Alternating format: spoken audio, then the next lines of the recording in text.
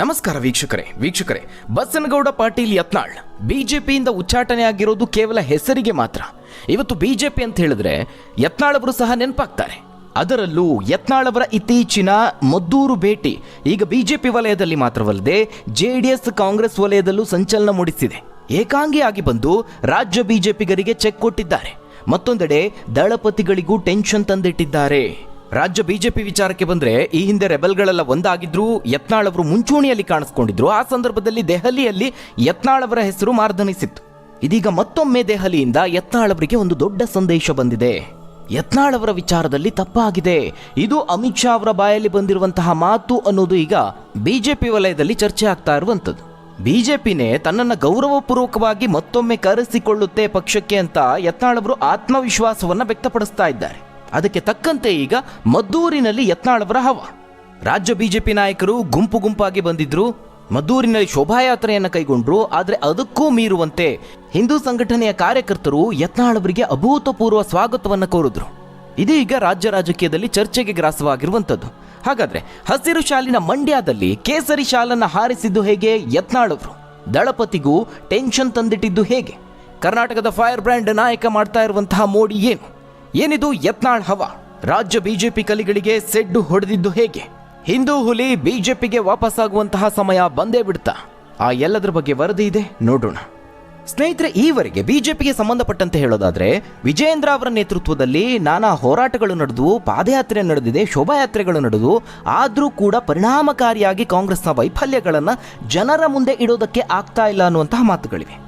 ಜನ ಈ ಕಾಂಗ್ರೆಸ್ ಸರ್ಕಾರದ ವೈಫಲ್ಯಗಳಿಗೇನೆ ಬೇಸತ್ತು ಹೋಗಿದ್ದಾರೆ ವಿನಃ ಬಿಜೆಪಿ ಈ ಸರ್ಕಾರದ ವಿರುದ್ಧವಾಗಿ ಜನವಿರೋಧಿ ಅಲೆಯನ್ನು ಮೂಡಿಸುವಲ್ಲಿ ಅಂದುಕೊಂಡಷ್ಟರ ಮಟ್ಟಿಗೆ ಯಶಸ್ವಿ ಆಗಿಲ್ಲ.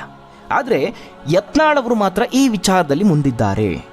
ಪಕ್ಷದಿಂದ ಉಚ್ಚಾಟನೆ ಆದರೂ ಕೂಡ ಕೇಸರಿ ಧ್ವಜವನ್ನ ಹಾರಿಸೋದ್ರಲ್ಲಿ ಅತ್ಯಂತ ಯಶಸ್ವಿಯಾಗಿದ್ದಾರೆ. ಆನ್ ಗ್ರೌಂಡ್ ಯತ್ನಾಳ್ ಅವರಿಗೆ ಇರುವಂತಹ ಬೆಂಬಲ ಉತ್ತರ ಕರ್ನಾಟಕ ಭಾಗದಲ್ಲಿ ಆಗಾಗ ವ್ಯಕ್ತವಾಗ್ತಾ ಇತ್ತು. ಈಗ ಹಳೆ ಮೈಸೂರು ಭಾಗದಲ್ಲಿ ಯತ್ನಾಳ್ ಅವರ ಹವಾ ಜೋರಾಗಿದೆ.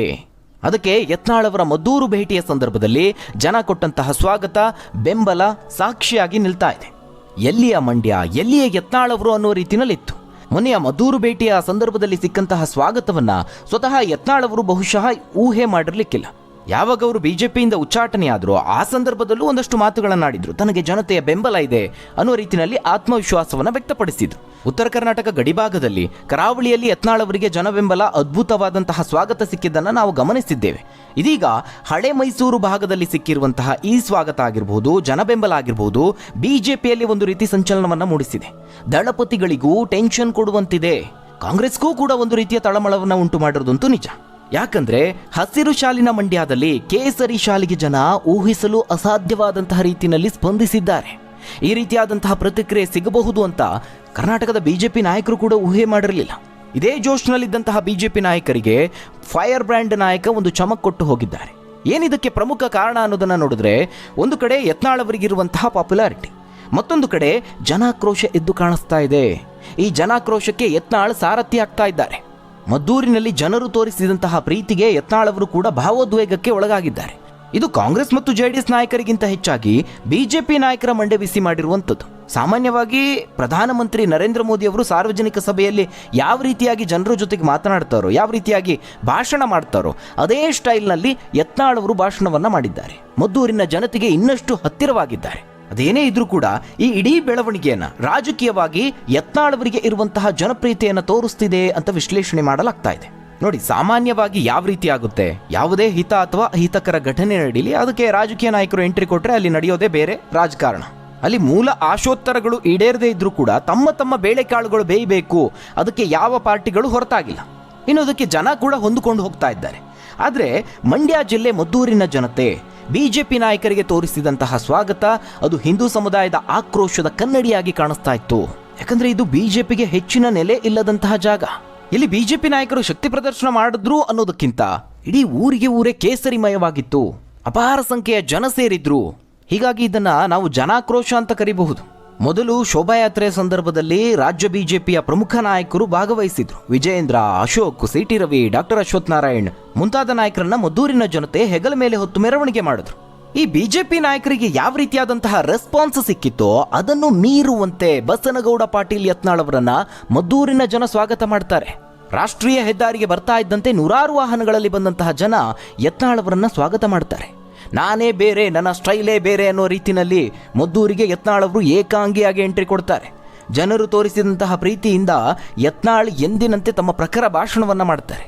ಕೋಮು ಸೌಹಾರ್ದತೆಯ ಹಿನ್ನೆಲೆಯಲ್ಲಿ ಅವರ ಮೇಲೂ ಕೂಡ FIR ದಾಖಲಾಗಿದೆ. ಅದು ಯತ್ನಾಳ್ ಅವರಿಗೇನು ಹೊಸದೇನಲ್ಲ. ಏಕಾಂಗಿಯಾಗಿ ಮದ್ದೂರಿಗೆ ಆಗಮಿಸಿದ್ದು ಅವರನ್ನ ಹಿಂದೂ ಕಾರ್ಯಕರ್ತರು ಬೈಕ್ ರ್ಯಾಲಿ ಮೂಲಕವಾಗಿ ಸ್ವಾಗತ ಮಾಡಿದ್ರು. ಅವರು ಬರ್ತಿದ್ದಾರೆ ಅನ್ನೋ ಸುದ್ದಿ ತಿಳಿತಿದ್ದ ಹಾಗೆ ನೂರಾರು ಹಿಂದೂ ಕಾರ್ಯಕರ್ತರು ಸ್ವಯಂ ಪ್ರೇರಿತರಾಗಿ ಆಗಮಿಸಿ ಅವರನ್ನು ಸ್ವಾಗತ ಮಾಡ್ತಾರೆ, ಬರಮಾಡಿಕೊಳ್ತಾರೆ. ಇನ್ನು ಆ ಸಂದರ್ಭದಲ್ಲಿ ಯತ್ನಾಳ್ ಅವರ ಹವಾ ಕಂಡು ಪೊಲೀಸರು ಕೂಡ ದಂಗಾಗಿದ್ದಾರೆ ಅಂತ ಹೇಳ್ಬೋದು. ಇನ್ನು ಈ ಜನ ಬೆಂಬಲದಿಂದಾಗಿ ಯತ್ನಾಳ್ ಅವರು ಸಹ ಫುಲ್ ಖುಷಿಯಾಗಿದ್ದಾರೆ. ಇದು ಒಂದಷ್ಟು ಬಿಜೆಪಿಗರಿಗೆ ಟೆನ್ಷನ್ ತಂದಿಟ್ಟಿರುವಂತಹ ವಿಚಾರ. ಜೊತೆಗೆ ಆ ಭಾಗದಲ್ಲಿ ತುಂಬಾ ಸ್ಟ್ರಾಂಗ್ ಆಗಿ ನೆಲೆಯೂರಿದ್ದೇವೆ ಅಂದುಕೊಂಡಿರುವಂತಹ ದಳಪತಿಗಳಿಗೂ ಇದು ಟೆನ್ಷನ್ ತಂದಿಟ್ಟಿರುವಂತಹ ವಿಚಾರ. ಸ್ನೇಹಿತರೆ, ಈ ಸಂದರ್ಭದಲ್ಲಿ ನಾವು ಗಮನಿಸಿದ್ರೆ ಯತ್ನಾಳ್ ಅವರಿಗೆ ಹಲವಾರು ಅಡ್ವಾಂಟೇಜ್ಗಳಿವೆ. ಒಂದು ಕಡೆ ಹಿಂದುತ್ವದ ಪ್ರತಿಪಾದನೆ ಮಾಡುವಂತಹ ಯತ್ನಾಳ್ ಅವರನ್ನ ಬಿಜೆಪಿಗರು ವಿರೋಧ ಮಾಡೋದಕ್ಕೆ ಸಾಧ್ಯವೇ ಇಲ್ಲ. ಹೀಗಾಗಿ ಬಿಜೆಪಿಗರು ತಮ್ಮ ವಿರುದ್ಧವಾಗಿ ಮಾತನಾಡುತ್ತಾರೆ ಅನ್ನುವಂತಹ ಆತಂಕ ಯತ್ನಾಳ್ ಅವರಿಗಿಲ್ಲ. ಇನ್ನೊಂದು ಕಡೆ ಸರ್ಕಾರದ ಇತ್ತೀಚಿನ ಕ್ರಮಗಳು ಡಿಜೆ ವಿಚಾರದಲ್ಲಾಗಿರಬಹುದು ಅಥವಾ ಮದ್ದೂರಿನ ಗಲಾಟೆ ವಿಚಾರದಲ್ಲಾಗಿರಬಹುದು, ಕಲ್ಲು ತೂರಿದವರ ವಿರುದ್ಧ ಪ್ರತಿಭಟನೆ ಮಾಡಿದಂತಹ ಹಿಂದೂ ಸಂಘಟನೆಯ ಕಾರ್ಯಕರ್ತರ ವಿರುದ್ಧವೂ FIR ಮಾಡಿದ್ರು. ಇವೆಲ್ಲವೂ ಒಂದು ರೀತಿ ಜನಾಕ್ರೋಶವಾಗಿ ಬದಲಾಗಿದೆ. ಇದರ ಸಂಪೂರ್ಣ ಲಾಭವನ್ನ ಯತ್ನಾಳ್ ಅವರು ಪಡೆದುಕೊಂಡಿದ್ದಾರೆ. ಅದು ಮಾತ್ರ ಅಲ್ಲ, ಸರ್ಕಾರದ ಆಡಳಿತದ ವೈಫಲ್ಯದಿಂದಾಗಿ ಬೇಸತ್ತು ಹೋಗಿರುವ ಜನ ಕೂಡ ಇದ್ದಾರೆ. ಇದರ ಲಾಭವನ್ನ ಅಥವಾ ಜನಾಕ್ರೋಶವನ್ನ ಪ್ರಖರವಾಗಿ ತಮ್ಮ ಭಾಷಣದ ಮೂಲಕವಾಗಿ ಯತ್ನಾಳ್ ಅವರು ಜನರ ಮನಸ್ಸಲ್ಲಿ ಬಹಳ ತೀಕ್ಷ್ಣವಾಗಿ ಒಳಹೊಕ್ಕುವಂತೆ ಮಾಡ್ತಿದ್ದಾರೆ. ಇದಕ್ಕೆ ಪೂರಕವಾಗಿ ಬಹಳ ಮುಖ್ಯವಾಗಿ ಯತ್ನಾಳ್ ಅವರು ಸಹ ತಮ್ಮ ಭಾಷಣದಲ್ಲಿ ಒಂದು ಮಾತನ್ನ ಹೇಳ್ತಾರೆ. ಕಾಂಗ್ರೆಸ್ ಪಕ್ಷದ ಅಂತ್ಯ ಮದ್ದೂರಿನಿಂದಲೇ ಪ್ರಾರಂಭ. ಇದಕ್ಕೆ ಸಾವಿರಾರು ಸಂಖ್ಯೆಯಲ್ಲಿ ಸೇರಿದ್ದ ಹಿಂದೂಗಳೇ ಸಾಕ್ಷಿ ಅಂತ ಅವರು ತಮ್ಮ ಭಾಷಣದಲ್ಲಿ ಕಾಂಗ್ರೆಸ್ ಸರ್ಕಾರದ ವಿರುದ್ಧವಾಗಿ ಕಿಡಿಕಾರ್ತಾರೆ. ಇದರ ಜೊತೆಗೆ ಯತ್ನಾಳ್ ಅವರು ಮತ್ತೊಂದು ಕಾನ್ಸೆಪ್ಟ್ ಅನ್ನ ಬಳಸಿಕೊಳ್ತಾ ಇದ್ದಾರೆ. ಅದು ಯೋಗಿ ಮಾಡೆಲ್ ಪ್ರತಿಪಾದನೆ ಮಾಡ್ತಾ ಇರುವಂಥದ್ದು. ನೋಡಿ, ಅವರು ಹೋದಲ್ಲೆಲ್ಲ ಹೆಚ್ಚಾಗಿ ಹೇಳುವಂತಹ ವಿಚಾರ ಅಂದ್ರೆ ಯೋಗಿ ಆದಿತ್ಯನಾಥ್ ಅವರ ಕುರಿತಾಗಿ ಯೋಗಿ ಮಾಡೆಲ್ ಬಗ್ಗೆ ತಮ್ಮ ಬಹುತೇಕ ಭಾಷಣಗಳಲ್ಲಿ ಯೋಗಿ ಮಾಡೆಲ್ ಬಗ್ಗೆ ಪ್ರಸ್ತಾಪ ಮಾಡ್ತಾರೆ. ಮದ್ದೂರಲ್ಲೂ ಕೂಡ ಆ ಬಗ್ಗೆ ಮಾತನಾಡಿದ್ರು. ಕರ್ನಾಟಕದಲ್ಲಿ ಯೋಗಿ ಮಾಡೆಲ್ ಬರಬೇಕು ಅಂತ ಯತ್ನಾಳ್ ಅವರು ಬೆಂಬಲಿಸ್ತಾ ಇದ್ದಾರೆ. ಮುಂದೆ ನನಗೆ ಚುನಾವಣೆಯಲ್ಲಿ ಸಪೋರ್ಟ್ ಮಾಡ್ತೀರಾ, ನನ್ನನ್ನು ಮುಖ್ಯಮಂತ್ರಿ ಮಾಡ್ತೀರಾ ಅಂತ ಮನವಿ ಮಾಡಿಕೊಂಡಿದ್ದಾರೆ. ವೀಕ್ಷಕರೇ, ಇದೇ ಸಂದರ್ಭದಲ್ಲಿ ಯತ್ನಾಳ್ ಅವರಿಗೆ ಸಂಬಂಧಪಟ್ಟಂತೆಯೇ ಬಿಜೆಪಿ ವಲಯದಲ್ಲಿ ಒಂದಷ್ಟು ಬೆಳವಣಿಗೆಗಳಾಗ್ತಾ ಇದೆ. ಕೇಂದ್ರ ಸಚಿವರಲ್ಲಿ ಅಮಿತ್ ಶಾ ಅವರು ಹೇಳಿದಂತಹ ಒಂದು ಮಾತು ಕರ್ನಾಟಕದಲ್ಲಿ ಈಗ ಸದ್ದು ಮಾಡ್ತಾ ಇದೆ. ವಿಜೇಂದ್ರ ಅವರ ಮಾತು ಕೇಳಿ ಕರ್ನಾಟಕದಲ್ಲಿ ದೊಡ್ಡ ತಪ್ಪಾಗಿದೆಯಾ, ಈ ಬಗ್ಗೆ ಈಗ ಗುಸುಗುಸು ಶುರುವಾಗಿರುವಂಥದ್ದು.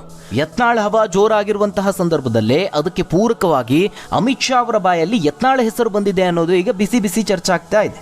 ಇವತ್ತಿಗೂ ಕೂಡ ಯತ್ನಾಳ್ ಅವರು ಯಡಿಯೂರಪ್ಪ ಹಾಗೆ ಅವರ ಪುತ್ರ ವಿಜೇಂದ್ರ ವಿರುದ್ಧವಾಗಿ ಕಿಡಿಕಾರುತ್ತಲೇ ಬರ್ತಿದ್ದಾರೆ. ಇನ್ನು ಮೊನ್ನೆಯಷ್ಟೇ ಕೂಡ ಪೂಜ್ಯ ತಂದೆಯವರಷ್ಟು ಜನಪ್ರಿಯತೆ ನನಗಿಲ್ಲ ಅಂತ ವ್ಯಂಗ್ಯವಾಡಿದ್ದಾರೆ. ನನಗೆ ಪೂಜ್ಯ ತಂದೆಯ ಆಶೀರ್ವಾದ ಇಲ್ಲ, ಇಡೀ ಲಿಂಗಾಯತ ಸಮುದಾಯದ ಬೆಂಬಲ ಇಲ್ಲ, ಎಲ್ಲಾ ಲಿಂಗಾಯತರು ತಮ್ಮ ಬೆಂಬಲವನ್ನ ಯಡಿಯೂರಪ್ಪ ಅವರ ಕುಟುಂಬಕ್ಕೆ ಮಾರಿಬಿಟ್ಟಿದ್ದಾರೆ ಅಂತ ಅವರು ಲೇವಡಿ ಮಾಡಿದ್ದಾರೆ. ಪೂಜ್ಯ ತಂದೆಯವರ ಪಾದಪೂಜೆ ಮಾಡ್ತಿರೋದಕ್ಕೆ ಸಮಸ್ಯೆಗಳು ಎದುರಾಗ್ತಾ ಇರೋದು ಅಂತ ಯತ್ನಾಳ್ ಅಭಿಪ್ರಾಯಪಟ್ಟಿದ್ದಾರೆ, ಅಂದ್ರೆ ಲೇವಡಿ ಮಾಡಿದ್ದಾರೆ. ಈಗ ದೆಹಲಿಯಿಂದ ಬಂದಿರುವಂತಹ ಒಂದು ಸುದ್ದಿ ಅಂತ ಹೇಳಿದ್ರೆ, ಕೇಂದ್ರ ಗೃಹ ಸಚಿವ ಅಮಿತ್ ಶಾ ಅವರನ್ನ ವಿಪಕ್ಷದ ನಾಯಕ ಆರ್ ಅಶೋಕ್ ಭೇಟಿಯಾದಂತಹ ಸಂದರ್ಭದಲ್ಲಿ ಕರ್ನಾಟಕ ಬಿಜೆಪಿ ಘಟಕದ ಬಗ್ಗೆ ಅಸಮಾಧಾನವನ್ನ ಹೊರಹಾಕಿದ್ದಾರೆ ಎನ್ನುವ ಸುದ್ದಿ. ಇದಕ್ಕೆ ಯತ್ನಾಳ್ ಅವರು ಈಗ ಧ್ವನಿಗೂಡಿಸಿದ್ದಾರೆ. ಅದಕ್ಕೇನು ಯತ್ನಾಳ್ ಪ್ರತಿಕ್ರಿಯೆ ನೀಡಿದ್ದಾರೆ?